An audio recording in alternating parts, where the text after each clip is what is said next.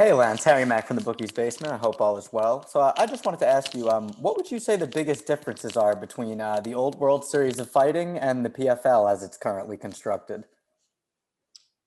You can't really compare those two, I don't think. There's a completely different format as far as the system for the fights and the season compared to World Series of Fighting was just um, trying to find guys to be able to fight the title holders at the time and um, trying to hold enough shows in a year to stay afloat. I mean, it was completely different from this.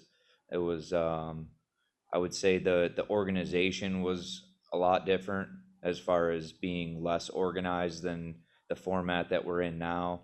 I mean, I went either 6 or 8 months between each fight, and it was awesome, but it was basically in its infancy of the organization that we are now with PFL. I mean, it's completely different from the people who are helping run it to I mean, there's a lot of people that came from World Series on the backside and are in PFL now, but I feel like the format that we have, the organization that we have, there's just a lot more things, and I feel like we've all seen the way that World Series was run, and we brought all the positives from that and just took off with it for PFL.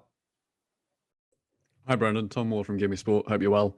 I just want to ask you, obviously, you're the two-time champ, right? But do you feel like there's a certain element of added pressure? Do you feel like you've got a target on your back, or are you just so used to going through the motions that it's just, I don't know, an everyday for you? Um, I get this question a lot, but I feel like the target on my back has been there since I was like 10 years old in wrestling. So it's not really, I don't really consider it anything. I'm chasing my own goals, and everybody else just has to catch up to try and chase me. That's kind of the mentality that I have.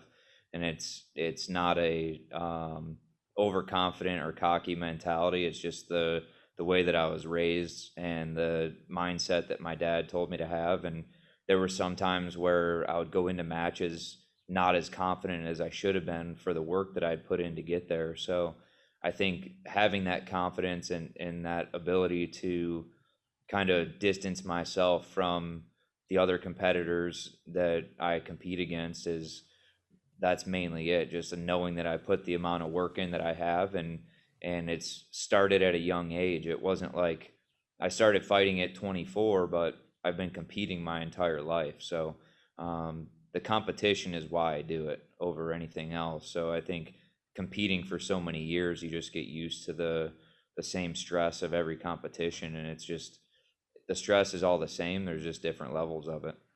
That leads me on nicely to my next question. Obviously, you and Bubba have a bit of a shared history, and he's been in the press recently saying he beat you for a Big Mac and an orange soda. Could you just touch on that a little bit? Like, obviously, the relationship between you two in terms of college wrestling and everything, does that kind of give you a bit more of an added edge? I don't know. I mean, that was 13 years ago when we wrestled, and he beat me more times than I had beaten him that year. That's basically all it comes down to. I mean, that was 2008. So if he's dwelling on 2008, then I hope so, because I mean, this is a completely different sport, and I'm a completely different athlete than I was in 2008. And I mean, there's not really much to touch on there. I mean, we do have a history, so I guess that's what he's trying to hang his hat on. My final question to you is: obviously, you're all locked in a bubble at the moment. Have you bumped into any of your potential opponents? Like, what's the reaction been like? Um, I've seen a couple guys, like obviously Brennan just walked out, but I don't have any, like I don't walk around just like trying to be a tough guy and like try and fight everybody. I'm super low key, kind of stay to myself, but I like to joke around. I like to have fun. And even if I am fighting somebody, I don't have to dislike that person to go in there and be able to try and beat them in a fight. So you fight for 15 or 25 minutes, and that's it. Like I don't really have like an added edge against anybody as far as like trying to act like a tough guy walking around the hotel. Or I mean, that's people that do that, I feel like they just lack confidence. Lance, hello, Mark LaMonica from Newsday. Um, Obviously, a two-time defending champion. This year, format's a little bit different. Only 4 people go to playoffs. What do you think that's going to do for people? I mean, obviously, the league has always incentivized finishes, but now it's a lot harder to sort of coast and get that decision and feel comfortable with what's going to happen. So, what are you expecting to see now that only top 4 go? I don't think we're going to see anything different. The new format, all it does is take 4 people out of the playoffs, so it doesn't really make much sense because you could have 5 people with finishes and still have 4 people only making it. I don't know. It's interesting, but my goal is to win. And if I win my 2 fights and don't get in, still that puts me at a 13 fight win streak and still happy and still winning and maybe other opportunities arise. So we'll see. I mean, I'm just focused on Friday right now, but the new formatting of it is definitely I don't think it changes anything. Everybody already has that urgency that we have to try and get finishes and do our best out there. So I think in the regular season, you just focus on getting your wins, and nobody is really focused on finishing a fight when you go into it. You're just focused on going in there and doing your best. And if the finish comes, then that's great. I don't think I was the #1 seed going into the playoffs in 2018.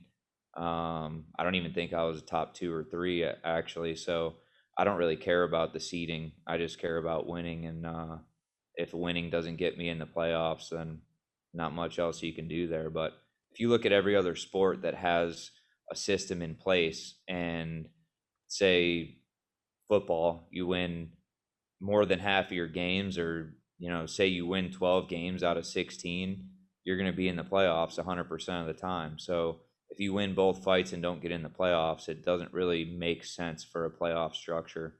But that's I guess that's its own different conversation.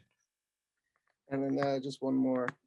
You've been in this fight game a long time, seen it all. For you, what's the hardest thing about a fight? At this point in my life, it's probably being away from my family, maybe. Um, the training, all the training is the same. I mean, in my 30s now, I think being 34, I think the training has changed a little bit for doing the right things and the right recovery and making my body feel the best that it can feel on top of training hard at the same time. So training harder but smarter as well. But being away from family, being away from the wife and daughter, that's probably the biggest change over the last 8 weeks for me. Other than that, nothing really has changed over the last 10 years. Just my focus has changed, and the reason why I fight has changed a little bit. But other than that, nothing really crazy has happened. Yes, this is Sergio from the Fight Podcast. Lance, you are multiple time champion. You've won this tournament multiple times as well. This season, with all this, they added star power this season. Would winning it this season have any more significance to you? I think each season has had its own significance. This would definitely be a great season to win with the competition, but as well as the circumstances that we're in. I mean, we're in this bubble. This is our 14th day in the bubble right now, and it'll be 17 by fight day. So I think we're in a unique scenario of seeing who can handle these situations, and I think the next regular season fight's going to be exactly the same as far as 17 days in here and dealing with that on top of everything else that goes on outside of the bubble with other businesses that people run and families and things like that. So I think that's the main significance, is we're dealing with a lot of things outside of the bubble. I mean, not everybody has other things going on outside of here, but I do. So there's a lot going on the back end as far as dealing with daily things that go on for my other 2 businesses outside of me just being stuck in here, and then having a family at home also, and making sure that everything's good on that end, and getting help for my wife and daughter if they need it. And that's basically it. I mean, I don't think there's added significance because of the people that are in here. Hey Lance, Danny for MMA Junkie. Just a couple questions on Bubba. He was very respectful, but he did kind of mention that he feels like he has an edge over you just because of your history and wrestling. Obviously, it's a different sport that does involve wrestling, but and also it was a long time ago. But do you feel like there's something to that? Do you feel like he has an edge, or do you feel like you maybe have something to prove since I guess you didn't have too much success according to him in your wrestling days? No, not at all. Yeah. And you just mentioned it like being away from your family. I know you recently had a baby girl. Congrats, by the way. Thank you very much. Is this the most amount of time that you've been away from her?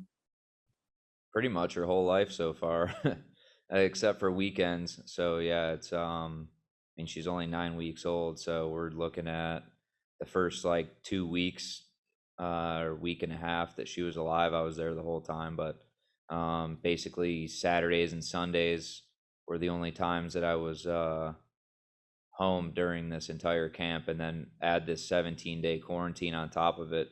I haven't seen her since before, 2 weeks ago, basically. So yeah, it's definitely weird, like watching her grow on FaceTime and pictures and videos instead of in person. Hey, Lance, Curtis from the Big Curtis Show. Hey, man, I want to say congratulations, man, on the new baby girl. Thank you. I know you've been training, and I've been seeing you train with, people like TJ Dillashaw, Juan Archuleta, the guys in Jersey, Frankie, Edgar. How are these guys going to help you improve your performance, man, this season?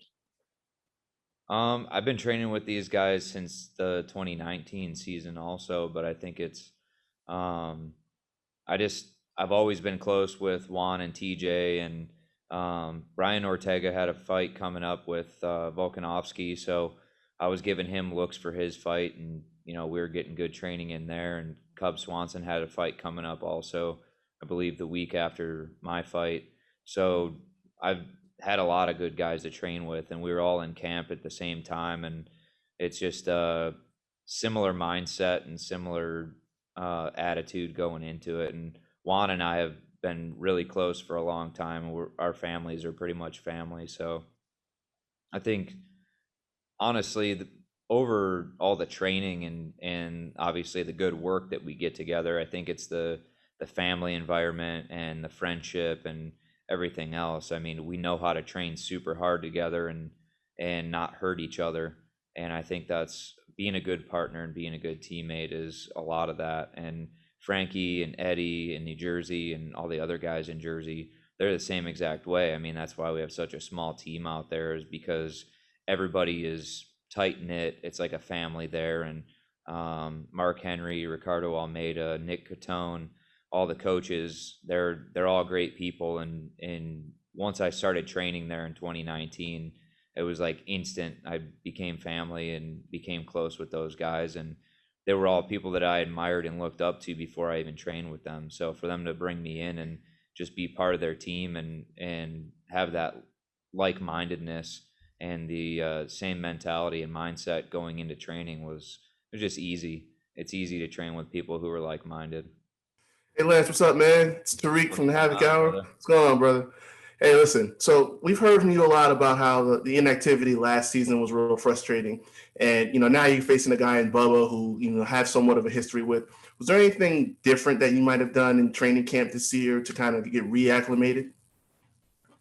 Not really. I honestly felt really good getting into camp right away. I don't know if it was from having a lot of the rest and being able to train when I wanted to train last year and not having to train through injuries, or just having open mind and freedom to do whatever instead of getting ready for 5 fights in a row. So I would say the biggest difference was just being fresh, and my mind being fresh, my body being fresh, kind of like a clean slate coming in for this fight camp. That was the main thing. And obviously, when it comes down to having inactivity, he's been inactive way longer than me. So I think I don't really look into that stuff too much. I know that a lot of people talk about ring rust and things like that, but it's been a lot longer that since he's fought last compared to the last time that I fought. So I feel like if we have any advantages, that may be one of them too. Also, I know you're not really a big talker, but I know Bubba had a prediction of finishing the second round. You got a response for that? Yeah, he's talking about me finishing him probably. All right, good luck, brother. Thanks, man. Good talking to you. Hey Lance, Andrew with MMAsucker.com. How's it going? When Bubba was on the press conference just previously, he predicted a second round knockout against you. I'm curious to know, do you have a prediction for how you will make the fight go in your favor? I think you just missed my answer a second ago. But I feel that I'm going to finish him. I don't know what round, or I don't really care to make a prediction, honestly. Um, but I do agree. I think if he catches me and knocks me out is the only way he can win this fight. Hi, Lance. There's Sean Sheen here from Severe Med. There's been a lot of talk recently about the best featherweight in the world, whether it's Patricio Pitbull, Max Holloway, or Alexander Volkanovski. Where would you put yourself in that talk, and do you think your name belongs with those names? I think so. I did do an interview about this, and they asked me some questions about it. It's hard because I don't get to compete against any of those guys. You look at that, you look at those guys, and they're kind of in a promotion that has been around for a long time. The competition is well known there. The marketing is great there. They have their ranking system, their own ranking system, and that's kind of what people go off of. But I feel that I'm in the conversation for best featherweight in the world. But until I get to face one of those people, that's the only way I get to prove it. I can't really prove it, no matter how tough this roster is. And I know a lot of these guys on this, pretty much everybody on this roster is really high level, and everybody's really tough. But it's not going to prove that I'm the best featherweight in the world. The only way the main core group of people or media or anybody else is going to think I'm the best featherweight is if I fight one of those guys and get to beat them. And that's really it. I mean, we could talk all day, but until I get the opportunity to actually fight one of those guys who everyone else considers is the best, then it'll just be talking. Do you think that this will be your last tournament at PFL, and you're going to try to move on to the UFC or one of the other organizations to prove that? I don't know. We'll see. I think for now, I'm just focused on this Friday, obviously, and I'm really happy with being able to fight again and this season of PFL. But like I talked about a little bit ago, you could win both your fights and still not get in the playoffs. So that may change things for the future also. So we'll see. I'm just focused on this Friday, and then we'll go from there. Yeah. Hi, Lance. How you doing? We're sort of dancing around this, best in the world at featherweight thing. And I was wondering, is there any perhaps skill or something that you do that you think you are the best in the world at? Yeah, I think I could take anyone down, and that changes the course of the fight. And with all these other organizations being able to throw elbows, we can't throw elbows in PFL, and that's a huge part of my game, and opening guys up on the ground and being able to get to my submission game. So I think that changes a lot of things if I were in a fight where I could get a takedown and throw elbows and set up my other stuff on the ground. So, I mean, a lot of people are high-level wrestlers in the sport, but not many people are able to use their MMA wrestling to get to those positions and take people down who usually don't get taken down. All of those guys that are being mentioned are all striking based. I mean, Holloway has a good ground game, jiu-jitsu based game, but not a wrestling based game.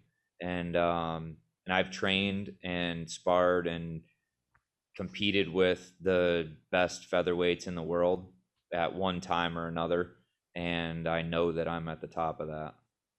Hi, Lance. It's Darnell Giovanni with MMA Island. If you win the competition again this year for the third time, you have any intention on maybe going to lightweight and seeing if you can win a championship there as well?